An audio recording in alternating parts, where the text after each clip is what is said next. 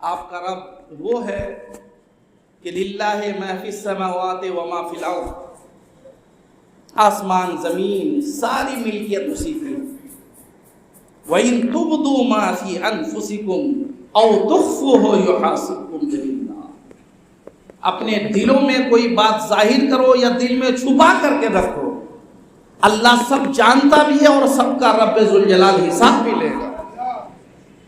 اس لیے جو رب ذوالجلال آپ کی دل کی کیفیات پر مطلع ہے، اس رب سے آپ چھپا نہیں سکتے، اس رب کو آپ فریب نہیں دے سکتے، اس رب کو دھوکہ نہیں دے سکتے۔ قرآن میں فرماتا ہے یخادعون اللہ والذین آمنوا، کچھ لوگ منافقین اللہ کو مومنین کو دھوکہ دینا چاہتے ہیں، اللہ فرماتا ہے وما یخدعون الا انفسهم وما یشعرون، ارے یہ اللہ کو کیا دھوکہ دیں گے، یہ خود اپنے آپ کو دھوکہ دیتے ہیں، انہیں شعور نہیں ہے، سمجھ نہیں ہے۔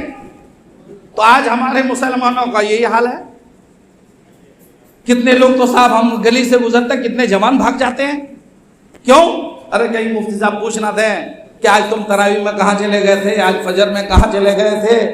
ارے میاں اگر ہماری دعوت سے آپ نماز پڑھ لو گے تو دوسروں کا بھلا نہیں، پہلے آپ کا بھلا ہوگا، اور اگر اس طرح آپ راستہ بدلتے رہے تو پھر کیا فائدہ۔ مومنین کو دیکھ کر راستہ شیاطین بدلا کرتے ہیں، مومنین بدلا نہیں کرتے۔ مومنین کو دیکھ کر مومنین آگے بڑھتے ہیں، مصافحہ کرتے ہیں، معانقہ کرتے ہیں، خیریت لیتے ہیں، دعائیں دیتے ہیں، لیتے ہیں۔ صاحب یہ مومنین کا طریقہ ہے۔ شیاطین بھاگا کرتے ہیں نیک کاموں سے، اچھے کاموں سے، لیکن جو لوگ ہیلے بہانے اس رمضان میں بھی کرتے ہیں، میں انہیں بطور قرآن و حدیث کی ان تنبیہات اور وعیدات کی روشنی میں آواز دوں گا کہ مت دو اپنے آپ کو دھوکہ، اپنی اس دنیاوی زندگی کو تباہ نہ کرو، آخرت کی زندگی کو تباہ نہ کرو۔ ہم روزہ نہیں رکھ سکیں گے، سارا کام آپ کرتے ہیں، کیسے رکھ لیں، سارا کام کیسے ہو جاتا ہے۔ ڈاکٹر جس دن بول دیتا ہے کہ آپ کو صاحب 12 گھنٹہ خالی پیٹ رہنا ہوگا تب آپ کا بلڈ ٹیسٹ ہوگا، کیسے آپ 12 گھنٹہ آپ خالی پیٹ رہ جاتے ہیں؟ اس دن نہ آپ کو بھوک لگتی ہے نہ پیاس لگتی ہے، لیکن جب روزے کی بات آتی ہے، صاحب گیس ہو رہا ہے، صاحب انجیکشن کی ضرورت ہے، صاحب دوائیاں لینا پڑتی ہے، تو یہ بہانے نہ بناؤ میاں۔ میں نے پچھلے جمعہ میں بھی عرض کیا تھا کہ پورا رمضان تو چھوڑو، ایک روزے کا اتنا ثواب ہے کہ زمانے بھر کا روزہ اس روزے کی بھرپائی نہیں کر سکتا ہے، تو پورے مہینے کے روزوں کے حالات کیا ہوں گے۔ اس لیے خدا کا خوف کیجئے، ہیلے مت بہانے مت بنائیے۔ ہم کو گیس ہو جا رہا ہے، فنا ہو جا رہا ہے، کتنے شوگر کے مریضوں کو دیکھا وہ روزہ رکھ رہے ہیں، ہارٹ کے مریضوں کو دیکھا وہ روزہ رکھ رہے ہیں، دیگر مریضوں کو میں دیکھا وہ روزہ رکھ رہے ہیں۔ اگر ہمت آپ کر لو گے میاں، کون کہتا ہے بھوکے پیاسے ہو؟ اب افطاری میں کھاتے نہیں، سال بھر جو نہیں کھاتے وہ افطاری میں کھا رہے ہو۔ اب عشاء کے وقت کھاتے نہیں، عشاء کے بعد اب سحری میں کھاتے نہیں۔ ارے 3 ٹائم عام دنوں میں بھی کھا رہے تھے، رمضان میں بھی 3 ٹائم کھا رہے ہو، اس سے بہتر کھا رہے ہو۔ پھر بھوک اور پیاس کیا چیز ہے میاں؟ یہ چھوٹے چھوٹے دن بھی آ رہے ہیں، ان دنوں میں بھی اگر روزہ نہیں رکھ سکے تو کب روزہ رکھو گے؟ روزہ رکھنا صرف تمہارا معمول نہیں ہے، بلکہ روزہ ایک ایسی عبادت ہے جو بطور انعام کے اللہ نے اس امت کو عطا فرمایا۔ دیگر امتوں پر بھی روزے تھے، لیکن جس کیفیت، جن خصوصیات کے ساتھ اس امت پر روزے فرض ہیں، دیگر امتوں پر نہیں تھے۔ اس لیے اگر موقع گوا دو گے، چانس گوا دیں گے، کچھ ہاتھ نہیں آئے گا، ہیلے بہانے یہی رہ جائیں گے۔ لہٰذا روزہ بھی رکھنا ہے، نمازیں بھی پڑھنا ہے، اور صاحب صدقات، زکوٰۃ، خیرات جو آپ کے اوپر حقوق ہیں، جو رمضان میں مسلمان ادا کرتے ہیں، ان کو بھی ادا کرنا ضروری ہے۔ نہیں ادا کریں گے معاملہ خراب۔ اچھا کچھ لوگ بیمار ہیں، ٹھیک ہے، قرآن نے انہیں اجازت دیا کہ اگر آپ بیمار ہیں، ابھی روزہ نہیں رکھ سکتے ہیں تو رخصت ہے، مت رکھیے، بعد میں قضا کر لیجیے گا۔ مگر اس شخص نے نیت کر لیا، اب روزے کا فدیہ دینا شروع کر دیا کہ رکھنا ہی نہیں۔ مریضوں کے بارے میں روزے کا فدیہ، میں نے کہا بھائی مسجدوں میں افطاری خوب آتی ہے، یہ کیا معاملہ ہے یار؟ تو پتا چلا اس میں 80% لوگ وہی افطاری بھیجتے ہیں جو روزے کا فدیہ دے رہے ہیں۔ ارے مسلمانوں، خدا کا خوف کرو، مسافروں کو کھلا رہے ہو پلا رہے ہو، وہ بھی فدیہ کا؟ فدیہ دے رہے روزے کا. کس نے انہیں مسئلہ بتا دیا؟ کون مسئلہ بتا دیا؟ اللہ بہتر جانے. فدیہ اس کے لیے ہے کہ عمر کی اس پڑاؤ میں پہنچ گیا کہ اب وہ زندگی میں کبھی روزہ نہیں رکھ سکتا ہے. یہ تقریباً یقین ہو چلا ہے. وہ تقریباً 70 85 80 کے بعد ہوتا ہے. یا ایسا بیمار ہے کہ اب اس بیماری سے اسے چھٹکارے کی تقریباً نجات نہیں ہے، راستہ نہیں. ڈاکٹر ماہر نے بول دیا جو مہلک بیماریاں ہوتی ہیں کہ اس سے جانور ہو ہی نہیں سکے گا. ایسا بوڑھا جس سے اب مزید روزہ رکھنے کی امید نہ ہو، یا ایسا بیمار کہ آئندہ وہ رکھ ہی نہ سکے، ٹھیک ہو ہی نہیں سکے گا، تب ہے روزے کا فدیہ. ایسا بیمار ہے روزے میں بیمار پڑ گیا لیکن وہ ٹھیک ہو جائے گا کچھ دنوں کے بعد، تو فدیہ نہیں ہے، ان روزوں کی قضا کرنا ہوگا. ایسا بوڑھا ہے کہ ابھی روزہ نہیں رکھ سکتا ہے، باقی دنوں میں رکھ سکتا ہے، فدیہ سے کام نہیں چلے گا، ان روزوں کی قضا کرنا ہوگا. جس طرح نماز کا معاملہ ہے، بیمار پڑے گئے، کچھ ہو گیا، چھوٹ گئی، فدیہ سے کام نہیں چلے گا. آخری سانس تک اگر آپ کی صحت لوٹ گئی اور پڑھنے کے لائق ہے تو ان کی قضا ہر حال میں کرنا ہوگا، اس کے بغیر معافی نہیں ہے. اس لیے آپ تھوڑی سی افطاری لا کر کے دے دو، میرے روزے کا فدیہ ہو جائے گا، یہ بہلانے پھسلانے کا معاملہ نہیں ہے، یہ اللہ و رسول کا معاملہ ہے، دین کا معاملہ ہے. بات سمجھ رہے ہیں؟ یہ دین کا معاملہ ہے. اس لیے احتیاط برتنا ضروری ہے. بات بات پہ روزہ چھوڑو گے تو چھوڑ دو، مگر رب کا عذاب بھی تو سن لو، رب کی سزائیں بھی تو سن لو. بلکہ آپ آخرت کی سزا کا اندازہ دنیا کی سزا سے کرو. فقہاء محدثین نے اپنی اپنی کتابوں میں بیان کیا کہ اگر کوئی مسلمان جان بوجھ کر بغیر کسی عذر کے، بغیر کسی مجبوری کے روزہ ترک کر دیتا ہے، چھوڑ دیتا ہے، اور بادشاہ اسلام کو خبر ہو جاتی ہے، تو حکم ہے کہ بادشاہ اسلام بلائے اور اس کے تن سے اس کی گردن کو جدا کر دے. یعنی قتل کی سزا ہے جو جان بوجھ کے روزہ چھوڑ دے. یہ رب ذوالجلال اور اللہ کے کریم، رب سے بڑا رحیم کون ہے؟ رسول اللہ سے بڑا رحیم کون ہے؟ اتنے بڑے رحیم و کریم ہونے کے بعد دنیا میں یہ سزا ہے کہ مار ڈالا جائے، تو آخرت کے لیے اللہ نے کتنا دردناک عذاب تیار کر رکھا ہو. اسی سے آپ اندازہ کر لیں، بتانے کی ضرورت نہیں. ہمارے اور آپ کے اندر تاب نہیں ہے کہ آخرت کے عذاب کو سن سکیں، برداشت کر سکیں. اتنا دردناک عذاب، اتنا خطرناک عذاب. اس لیے ہیلے بہانے چھوڑ دیجیے، روزے کی تیاری کرنا شروع کر دیجیے. ساتھ ہی میں اللہ تبارک و تعالیٰ نے آپ کو مال عطا فرمایا، اب زکوٰۃ دیتے ہیں، صدقہ فطر ادا کرتے ہیں. یہ مت سمجھنا ہم اپنی طرف سے کرتے ہیں. اگر ایک غلط فہمی ہے تو قرآن اٹھاؤ، سورہ بقرہ پڑھو. الف لام میم ذالک الکتاب لا ریب فیہ ھدی للمتقین الذین یؤمنون بالغیب ویقیمون الصلاۃ ومما رزقناہم ینفقون. ٹرانسلیشن پڑھ لیجئے گا، ترجمہ.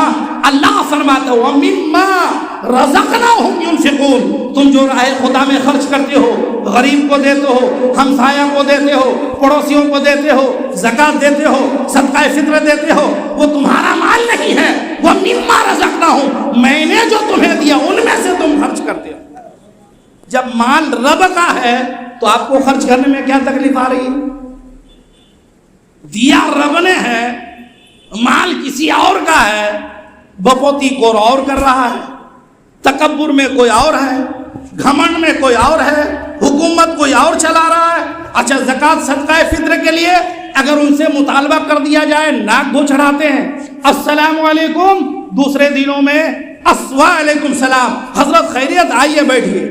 اور وہی رمضان کے مہینے میں سلام کر دو تو جواب بھی نہیں دیتا، منہ گھما کر کے جواب دیتا ہے، لگ رہا اس سے کوئی قرض وصول کرنے کے لیے گیا ہے.